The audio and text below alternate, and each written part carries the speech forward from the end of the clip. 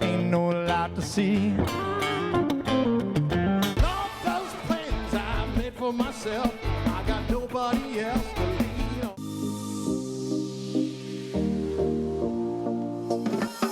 Welcome to everyone joining us to experience stories of resilience, hope, perseverance, and joy.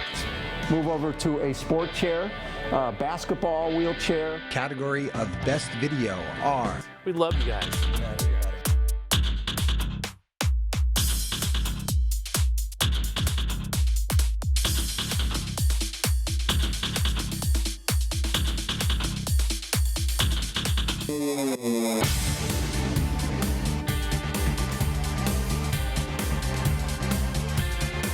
You are watching America Trends. I'm Mary Burt-Godwin, and I have a very fascinating next guest. You know, the industry of counterfeit products has grown exponentially since the inception of the internet. You know, it was like back in the day, I'll say, my day, it was like going to get the handbags and you didn't know, you know, if they were the right product that they said they were, the right brand, or, you know, the face product, is it really what it's saying it is? In certain stores that we'd go to. But now on the internet, on the interwebs, you just don't know exactly what you're getting depending on where you're purchasing it from.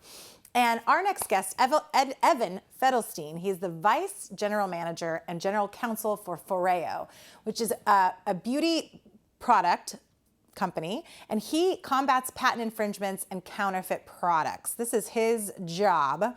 And Evan, welcome to America Trends. I can't wait to talk to you about this. I'm very excited to be here as well, Mary. So thank you very much for having me. And yeah, I'm very excited to dig into this topic that's, you know, as timely as ever. Very timely, and it keeps you mighty, mighty busy, I would think, right? Absolutely. I mean, the volume, and I'm sure we'll get into that, the number of infringers and counterfeiters we see is growing exponentially every year. And I mean, it's almost like, how do you even keep track of it all? But I guess we'll get into that. So first, tell me a little bit about you. Where are you zooming in from, first of all? And I'm zooming in. Oh, sorry. Excuse me. Yeah, well, tell me about that first, and then tell me how you got started in law practice. Absolutely. I'm zooming in from Las Vegas. So, you know, next time anybody wants to visit the Strip, you can give me a call and we'll have some fun. But, okay. You know, I started in the legal practice in 2014, shortly after graduating law school. I've been practicing for approximately 8 years, originally at a law firm doing IP practice, more on the procurement of intellectual property like trademarks and patents. And now I'm in-house at Foreo and sort of do both ends, the you know, obtaining the patents and trademarks and then fighting against the counterfeiters as well.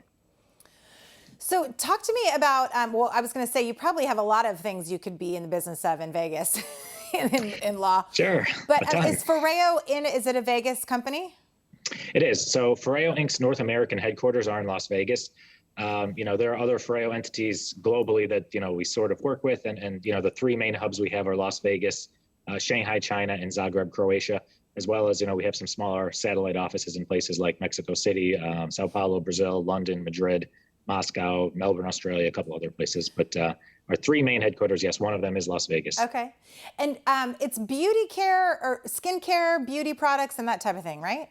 It is. We call it beauty tech. So we're very app integrated. We're very much into beauty devices, but we also have a whole line of cosmetics and serums and creams and things of that nature as well. That's right. I saw the devices. I thought I need to go shopping right now and buy some of these because they look so cool.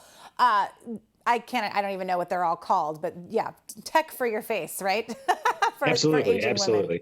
You know, it's skin cleansers, and we sort of have these devices that heat, that cool, that use LED light, things of that nature. And yeah, if you're near a Sephora or an Ulta or a Nordstrom or a Macy's or a Neiman Marcus on your way home, you know, you can pick up our products there. And you can get a legit Foreo. So tell me, how did you got into, I mean, this is a fascinating world right now, and it is certainly, the landscape of it has changed completely with the internet, right? Because any little shop can pop up, or maybe it's Etsy, or I don't even know where people can be selling this kind of stuff. So where do you even begin to look for counterfeit products? Sure. Well, when I was brought on in 2016, you know, perhaps the main thing that I was brought on to do was to fight these counterfeits. And at the beginning, I sort of did it the old-fashioned way. You start Googling Foreo, sort of seeing what pops up, who's buying keywords, who is, you know, creating pages on Amazon, and you sort of manually input these into Excel. Now we've got a little bit better of a system now, but at the very beginning now, as I'm looking for fake sits, I'm going to Google Shopping. I'm seeing what's on, marketplaces like eBay, like Amazon. Amazon especially has a number of counterfeiters. And then internationally, we're all over basically any e-commerce platform you can think of. They're likely to be counterfeits, especially if they are e-commerce platforms that allow a user to sort of create their own seller page, like you mentioned Etsy, like you mentioned things of that nature. And you can do that on Amazon too, right? And I see things for sale on there and then it's marked up like crazy, or I can kind of spot it out like I don't think this is legit.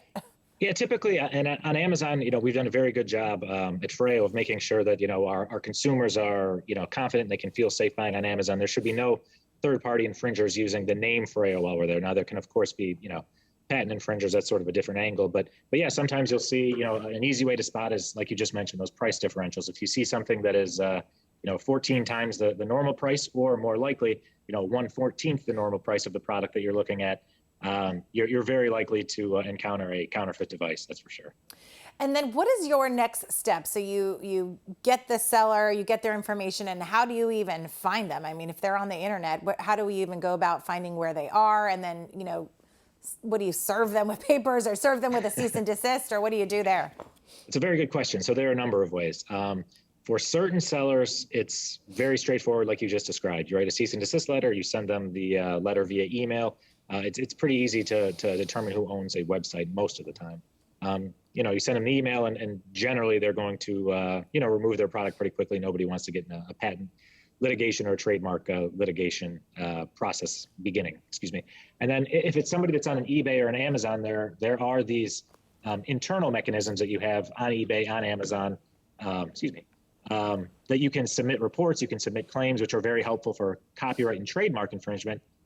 Specifically for Amazon, and this is perhaps one of the more very interesting developments over the last year and a half or two, they started this thing called the Amazon Neutral Patent Evaluation Program, which is a program where you can have like a mini condensed almost patent litigation trial for a very low cost that takes less than a month, and it's pretty much prima facie on the face. Does this infringe? Does it not? With a neutral arbiter. But that's what we've been doing a lot lately, and we've removed hundreds and hundreds of sellers that even at various points were selling somewhat significant volumes on Amazon that were infringers.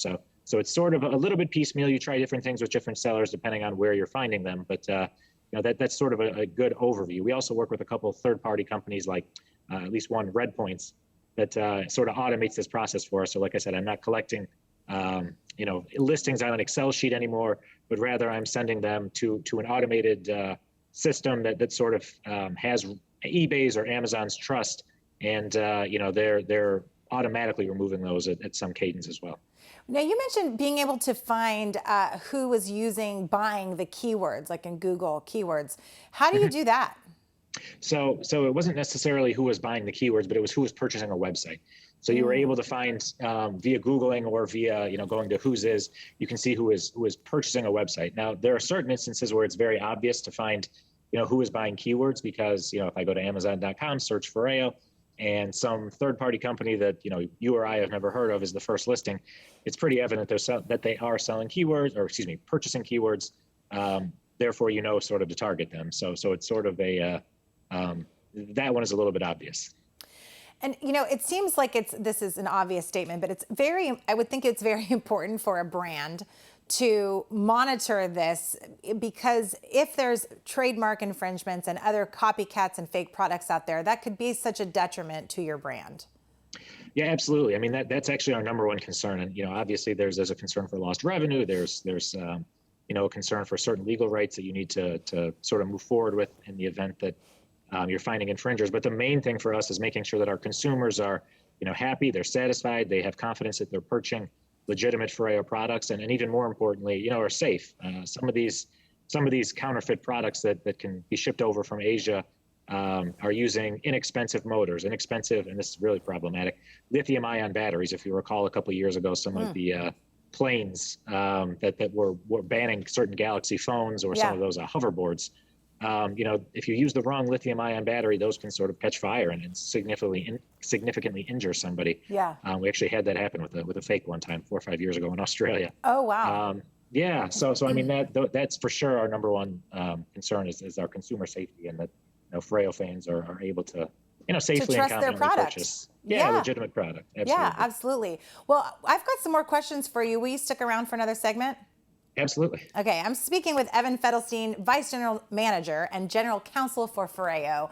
And we're talking about counterfeit products, and I actually want to talk to you about how to identify and differentiate counterfeits after this break. So everyone at home, stick around where you are and find us on social media on America Trends TV on Instagram, Facebook, and Twitter. And stick around for more with Evan Feldstein right after this.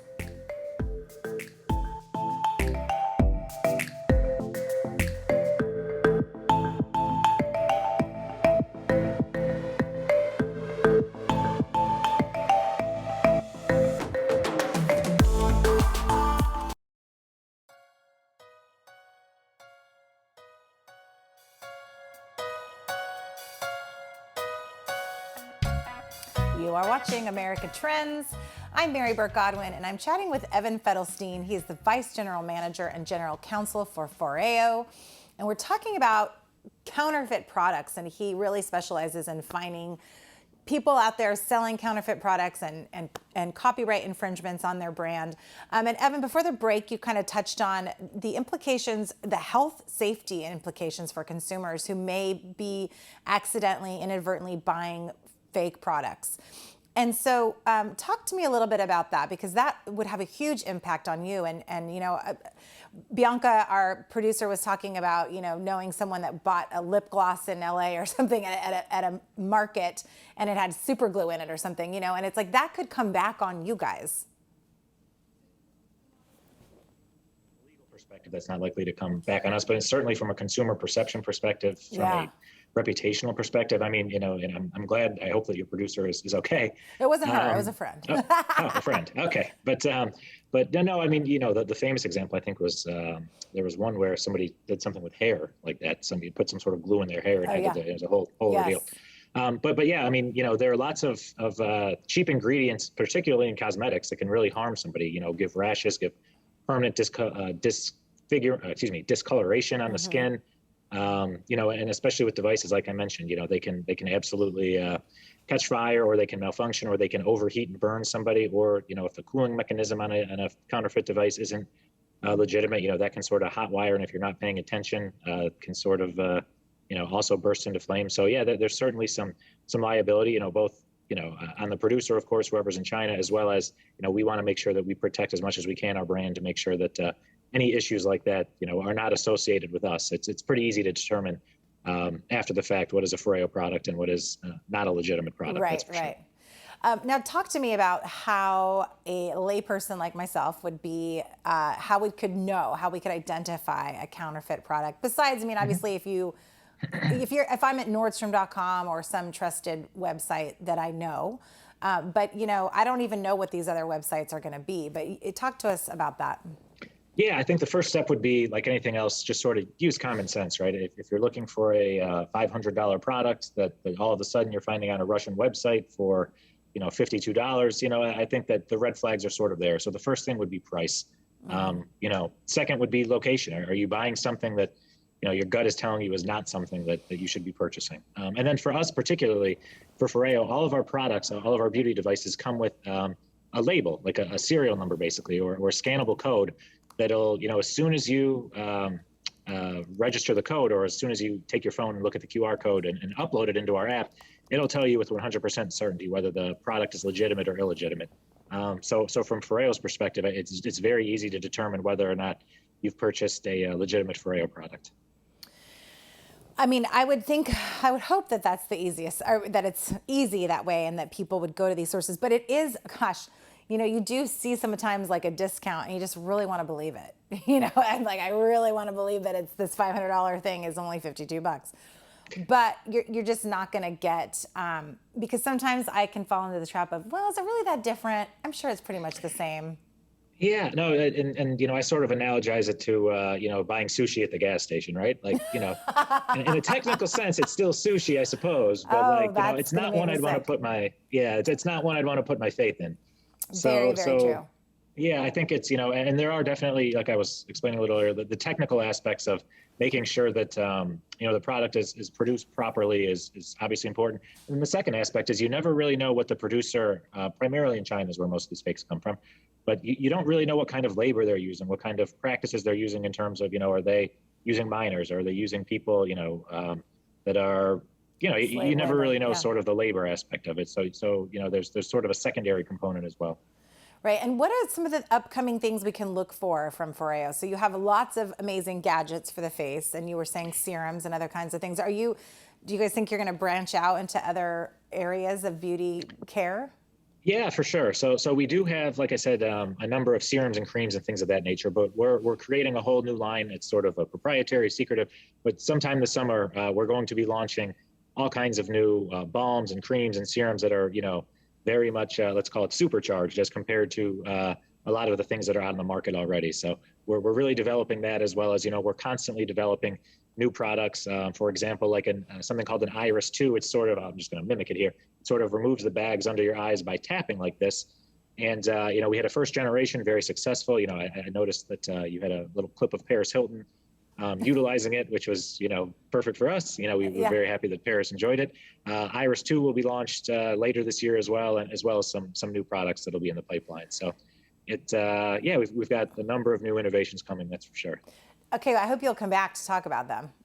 Absolutely, anytime. Okay, and if you need any samples, you've got my contact I information. do. Sign me up. Absolutely. Sign me up. And I want to talk really quickly, because you showed Paris Hilton, or we showed Paris Hilton on that clip, utilizing influencers to help sell your products. Is that something that you do a lot of? Yeah, we definitely use influencers.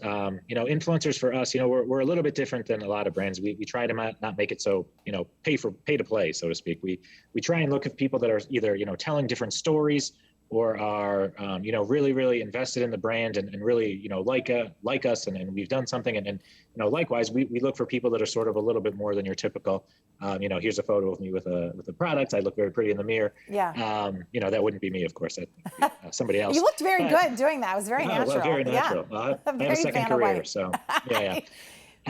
But yeah, we're looking for people to sort of tell our story and meaningfully impact their communities or their followers or their friends. And yeah, I mean, influencers are a great way to sort of tell our story and highlight some Foreo fans, that's for sure. Well, thank you so much, Evan, for being here. Everyone, we were talking with Evan Feldstein. He is the Vice General Manager and General Counsel for Foreo. Talking about counterfeit products, so make sure when you're out there buying products, you're looking to see if you're on the right website, and you don't want to buy counterfeit products. So Evan, thank you so much. And everyone at home, thank you as always for tuning into America Trends. We love being here with you from Loft 100 Studios in Carlsbad, and I hope you have a great weekend. I hope we'll see you next Monday right here on America Trends.